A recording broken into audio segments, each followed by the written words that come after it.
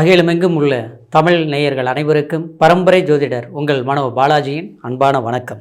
ரிஷபராசி அன்பர்களுக்கு இந்த 2026 மே மாத ராசி பலன். இந்த மாதத்தில் நவ கிரகங்களின் பெயர்ச்சிகளால் உங்களுடைய ராசிக்கு தொழில், குடும்பம், திருமணம், அதாவது பண வரவு சார்ந்த விஷயங்கள் உங்களுக்கு எப்பேற்பட்ட ஒரு அற்புதமான ஒரு மாற்றத்தை இந்த நவ கிரகங்கள் உங்களுக்கு ஏற்படுத்த போகுது அப்படிங்கிறத பற்றி தாங்க இந்த பதிவில் இப்போது நம்ம தெளிவாக பார்க்க போகிறோமுங்க. ஃபஸ்ட் டைம் பார்க்குறவங்களா இருந்தீங்கன்னா சப்ஸ்கிரைப் பண்ணி பெல் பட்டன் அழுத்தி ஆல் ஆப்ஷன் கொடுங்க. ரிஷபம் தனராசி. உண்மையை சொல்ல போனோம்னா அற்புதமான ஒரு மகாலட்சுமி அம்சம் கொண்ட ராசி. எதை கொடுத்தாலும், யார் நமக்கு எவ்வளோ நெருக்கடி கொடுத்தாலும், ஆனால் எல்லா பிரச்சனைகளையும் சமாளிக்கக்கூடிய ஒரு திறமசாலிங்க கண்டிப்பாக இந்த ரிஷபராசியில் பிறந்தவங்க. எல்லாத்தோட குடும்பத்து மேலே ரொம்ப அக்கறை வச்சுருப்பீங்க. அது நம்ம கூட பிறந்த பிறப்புகளாக இருக்கட்டும், அதே மாதிரி நம்மளுடைய சேர்ந்து இருக்கக்கூடிய நண்பர்கள் வட்டாரமாக இருக்கட்டும், அதே நேரத்தில் நம்மளுடைய கணவன் மனைவி சம்பந்தப்பட்ட புத்திர பாக்கியங்கள் சம்பந்தப்பட்ட நம்மளுடைய குடும்பத்துக்கு என்ன தேவையோ அது கச்சிதமாக பார்த்து செய்யக்கூடியவங்க யாருன்னு கேட்டோம்னா அது ரிஷபராசி அன்பர்கள். ஆனால் அப்பேற்பட்ட உங்களுக்கு குடும்ப வாழ்க்கையில் சில போராட்டங்களை கடந்து வரக்கூடிய சூழ்நிலைகள் அப்பப்போ ஏற்பட்டுட்டு இருக்கும். நெருக்கடிகள் குறிப்பாக சொல்ல போனோம்னா நீங்கள் யார் மேலே அன்பு வைக்கிறீங்களோ அவங்களால ஏமாற்றப்படுறது இயல்பாக இருக்குது. சிலருக்குள்ள பார்த்தோம்னா மறு வாழ்க்கை, முதல் வாழ்க்கை எவ்வளவு நம்ம விரும்பி வாழ்க்கையை திருமணம் செய்தோமோ, ஆனால் கடைசியில் பார்த்தோம்னா அந்த வாழ்க்கையே ஒரு போராட்டமாகி மறு வாழ்க்கை ஏற்படக்கூடிய சில சிக்கல்கள் உண்டாகிருக்கு. எல்லாமே எப்படி இருக்குதுன்னா, அடுத்தவங்களுக்கு ஒரு ஐடியா கொடுத்தா அற்புதமாக நடக்குது, சக்ஸஸ் ஆகுது. ஆனால் தனக்கு எது செய்யலாம், எது செய்யக்கூடாது, என்ன பண்ணலாம், ஏன்னா எதை செய்தாலும் ஏதோ ஒரு பிரச்சனைகள் வருது, யாரை நம்பினாலும் ஒரு ஏமாற்றங்கள் வருது. வேலையே எடுத்துக்கோங்க, எல்லா பக்கம் போகிறோம் திறமையானவங்க. ஏன்னா நான் தான் முதல்ல சொன்னனே, எது செய்தாலும் யோசித்து செய்யக்கூடிய ஒரு திறமசாலிங்க ரிஷபராசிக்காரர். ஆனால் அப்பேற்பட்ட நமக்கு எல்லாமே எப்படி இருக்குதுன்னா, ஒரு கட்டத்தை வரைக்கும் நம்மளை யூஸ் பண்ணிக்கிறாங்க, கடைசியில் பார்த்தோம்னா கைவிட்டுறாங்க. இது வாழ்க்கை மட்டும் கிடையாதுங்க, தொழில் ரீதியிலும் வேலை ரீதியிலும் அப்படி தான் நடந்துகிட்ருக்குது ரிஷபராசி அன்பர்களுக்கு. இந்த சூழ்நிலையில் இருக்கக்கூடிய உங்களுக்கு எப்போ மாறுதல் வரும், எப்போ மாற்றங்கள் வரும்? எல்லாரும் சொல்கிறாங்க நேரம் நல்லா இருக்குதுன்னு, ஆனால் தனக்கு ஒன்றும் மாற்றங்கள் ஒன்றும் கிடைக்கலையே அப்படிங்கிற ஒரு சூழ்நிலையில் இருக்கக்கூடிய உங்களுக்கு ஜென்மத்திலேயே சுக்கிர பகவான் இந்த 14ஆம் தேதி வரைக்கும் இந்த மே மாதம் ஆட்சி நிலையில் இருப்பார். நிச்சயமாக உங்களுக்குன்னு ஒரு வளர்ச்சி கண்டிப்பாக அடையக்கூடிய ஒரு நேரத்தை நீங்கள் தீர்மானிக்கக்கூடிய ஒரு காலம். அது மட்டும் கிடையாதுங்க, 12ஆம் இடத்துல சூரிய பகவான், அதாவது உச்ச பலத்தை அடையக்கூடிய ஒரு அற்புதமான ஒரு காலகட்டத்தை ஏற்பட போகுதுங்க. இந்த அதாவது 15ஆம் தேதி வரைக்குமே அதாவது உங்களுடைய ராசிக்கு 12ஆம் இடத்தில் இருப்பார். அப்போது நீங்கள் வெளிநாடு, வெளிப்பிரயாணம், நிச்சயமாக எதிர்பாராத தூர தேசத்தில் இருக்கக்கூடியவங்களால் ஒரு நட்பு பெருகக்கூடிய ஒரு வாய்ப்புகள், நீங்கள் பயணங்களால் நன்மை அடையக்கூடிய சந்தர்ப்பங்கள் கண்டிப்பாக உருவாக போகுது. ஏன்னா இந்த சூரியன் உங்களுடைய ராசிக்கு 12ஆம் இடத்துல உச்சபலம் அடைஞ்சிருப்பார். சரிங்களா? அடுத்தது பார்த்தோம்னா 15ஆம் தேதியில் அதாவது உங்களுடைய ஜென்மத்துக்கு வருவார். அப்போது பயணங்களால் நன்மைகள் உண்டாக்கும். அரசியல், அரசாங்க துறையில் இருக்கக்கூடியவங்களுக்கு சக்ஸஸ்ஃபுல்லான ஒரு வாய்ப்புகள் உண்டாக்கும். நிச்சயமாக சொல்கிறேன் பாருங்கள், எது நீங்கள் எதிர்பார்த்தீங்களோ, உங்களுடைய கனவு என்னவோ அதை நினைவாகக்கூடிய ஒரு வாய்ப்புகள் உண்டாகும். எல்லாத்த விட குடும்ப வாழ்க்கை, தனக்கு பிடிச்சவங்களோட நினைச்சவங்களோட வாழ்க்கையில் ஒரு சுவாரஸ்யமான ஒரு நட்பை பலப்படுத்தக்கூடிய ஒரு சூழ்நிலை நிச்சயமாக உங்களுக்கு உண்டாகும். காரணம் 2ஆம் இடத்துல குரு பகவான் சஞ்சாரம் பண்ணிட்டு இருக்கிறார். தனஸ்தானத்தில் தனக்காரகன் லாபாதிபதி குரு பகவான் இல்லையா? அந்த குரு பகவான் உங்களுடைய ராசிக்கு 2ஆம் இடத்துல இருந்து, அதாவது 5ஆம் பார்வையா 6ஆம் இடத்துல பார்க்கறதுனால கண்டிப்பாக உங்களுடைய உழைப்பு மேன்மையை கொடுக்கும். பல நெருக்கடிகளில் இருக்கக்கூடிய சில சிக்கல்களை நீங்கள் தீர்க்கக்கூடிய ஒரு சந்தர்ப்பங்கள் உண்டாக்கும்.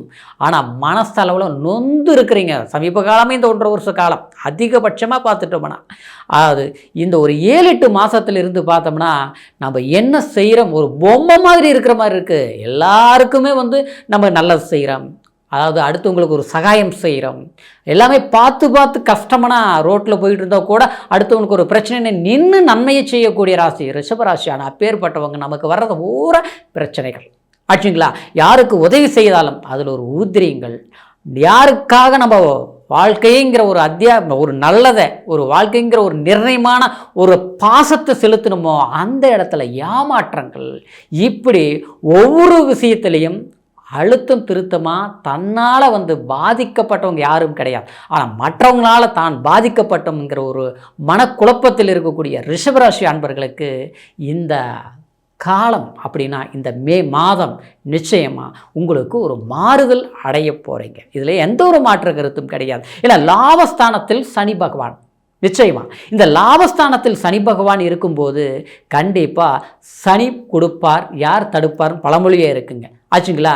எத்தனையோ சிரமங்கள் கடந்து வந்திருக்கிறீங்க, நெருக்கடிகள் சமாளிச்சிருக்கிறீங்க, ஆனால் முழுமையாக முடிக்க முடியல ஆச்சுங்களா? ஆனால் அந்த பிரச்சனைகளை சரிபடுத்தக்கூடிய ஒரு வாய்ப்பு. ஏன்னா இந்த 11ஆம் தேதி வரைக்கும் சனி பகவானுடைய செவ்வாய் இணைவு இருக்கும். அடுத்த கட்டத்தில் பார்த்தோம்னா இந்த 11ஆம் தேதி, அதாவது உங்களுடைய ராசி ஜென்மத்துக்கு 2ஆம், அதாவது விரயஸ்தானத்தில் செவ்வாய் உட்காருவார். அப்போது ஆட்சி பலத்தில் இருக்கும்போது மண்மனை சார்ந்தது சிலர்லாம் பார்த்தோம்னா ஒரு இடம் இருக்குது, அது விற்க முடியல, அதே நேரத்தில் ஒரு இடத்துக்கு அட்வான்ஸ் கொடுத்துட்டோம், அது கிரையும் பண்ண முடியல, திருப்பி அந்த பணத்தை வாங்கவும் முடியல, ஒரு செக் பிரச்சனை, அதாவது ஒரு டாக்குமெண்ட் பிரச்சனை, அதாவது இன்றைக்கி ஒரு அரசாங்க ரீதியில் ஒரு லோன் எதிர்பார்த்துட்ருக்குறோம், அதுக்கு கைக்கு வரும்னு எதிர்பார்க்குறோம். ஆனால் பார்த்தா ஒரு கையெழுத்து நடந்தால் போட்டால் போதும், எல்லாமே நமக்கு சால்வ் ஆயிரும். ஆனால் ஒரு முறைக்கு 2 முறை எல்லாமே மிஸ் ஆகிட்டு இருக்குது. அதாவது இந்த மாதிரி ஒரு சில பிரச்சனைகள் இருக்கக்கூடியது எல்லாமே கண்டிப்பாக இந்த நேரத்தில் நமக்கு அதை சமாளிக்கிறது மட்டும் இல்லை, அது சாதகமாக முடிக்கக்கூடிய ஒரு வாய்ப்புகள் உண்டாகும். சிலருக்கெல்லாம் பார்த்தோம்னா கல்யாணமாகி ரொம்ப நாள் ஆகி போச்சுங்க, புத்திரபாக்கியம் இல்லை, அதனால் எந்த இடத்துக்கு போனாலும் நமக்கு ஒரு கேள்வியாக கேட்குற அளவுக்கு இருக்குது. சிலருக்கு குழந்தை இருக்குது, ஆனால் அவங்களுக்கு ஒரு ஆரோக்கியம் சரியில்லை, இல்லை கல்வி பலம் சரியில்லை, இல்லை பிரிஞ்சிருக்க வேண்டிய ஒரு சூழ்நிலை. ஆக மொத்தத்தில் எல்லாம் இருந்தும் நிம்மதி இல்லாமல் இருக்குது பார்த்தீங்களா? அந்த மாதிரி சில குழப்பங்களுக்கு எல்லாமே நீங்களே இறைவனுடைய சித்தத்திலையும் நவகிரகங்களுடைய, அதாவது பெயர்ச்சிகளாலும் உங்களுக்கு ஒரு மாற்றத்தை எதிர்பார்க்கக்கூடிய ஒரு மாறுதலான காலம்தான் இந்த மே மாதம். சரிங்களா? அப்போது இந்த நேரத்தை நமக்கு தகுந்த மாதிரியும் நம்மளுடைய தேவைக்கு தகுந்த மாதிரியும் சரியாக பயன்படுத்தி பாருங்கள். நிச்சயமாக உங்களுடைய முயற்சி அது ஒரு வெற்றியாக்கக்கூடிய ஒரு காலம் இந்த மே மாதம். ஆக மொத்தத்தில் இப்போ சொன்ன பலன்கள் அனைத்தும் கோச்சார அடிப்படையில் நம்ம சொல்லியிருக்கிறோம். கோச்சாரங்கிறது ராசிங்கிறது சந்திரன் மதி, அதே மாதிரி விதிங்கிறது லக்னம். நமக்கு இந்த காலகட்டத்தில் இந்த நேரத்தில் பிறந்தவங்களுக்கு இந்தந்த காலகட்டத்தில் இது நடக்கும் அப்படிங்கிறது நிர்ணயம் செய்து, அதாவது அந்த ஜாதகத்தில் இருக்கக்கூடியதான், அதாவது பிறப்பு ஜனன ஜாதகங்கிறது. அப்போது உங்களுடைய ஜாதகத்தில் என்ன திசை நடக்குது, என்ன புத்தி நடக்குது, என்ன அந்தரம் சூட்சுமங்கள் நடக்குது அப்படிங்கிறத பொறுத்து இதனுடைய பலன்கள் இன்னும் கூடுதல் பெறலாம், இல்லையோ பலவீனம் ஆகலாம். அப்படிங்கிறதுனால உங்களுடைய முழுமையான பலன்களை தெரிஞ்சுக்கிறதுக்கு உங்களுடைய பிறப்பு ஜனன ஜாதகம் சரியாக ஒரு அற்புதமாக தெரிஞ்சு அதுக்கு தகுந்த மாதிரி நம்ம முயற்சி எடுக்கும்போது அது சக்ஸஸ் பண்ண முடியுங்கிற ஒரு காரணத்தினால உங்களுடைய ஜாதகத்தையும் ஒரு முறை பார்த்துக்குங்க. ஆமாங்க, சிலரில் பார்த்தோம்னா கஷ்டப்பட்டுட்டே இருப்பாங்க, 10 வருஷத்துலேருந்து கஷ்டப்படுறேன், நான் 15 வருஷத்துலேருந்து கஷ்டப்படுறேன் அப்படிம்பாங்க. காரணம் என்ன? அவங்களுடைய திசை பலவீனமாக இருந்திருக்கும். சிலர் பார்த்தோம்னா திடீர்னு 1 வருஷத்துல ரொம்ப இம்ப்ரூவ்மெண்ட் ஆகிட்டாங்க, ரொம்ப முன்னேற்றமாக அடைஞ்சிட்டாங்க, என்னன்னே தெரியலிங்க அப்படின்னு சொல்லுவாங்க. அது காரணம் என்னன்னா இந்த 1 வருஷ காலகட்டத்தில் அவங்களுக்கு நல்ல திசை ஸ்டார்ட் ஆகிட்டு இருக்குங்க ஆச்சுங்களா?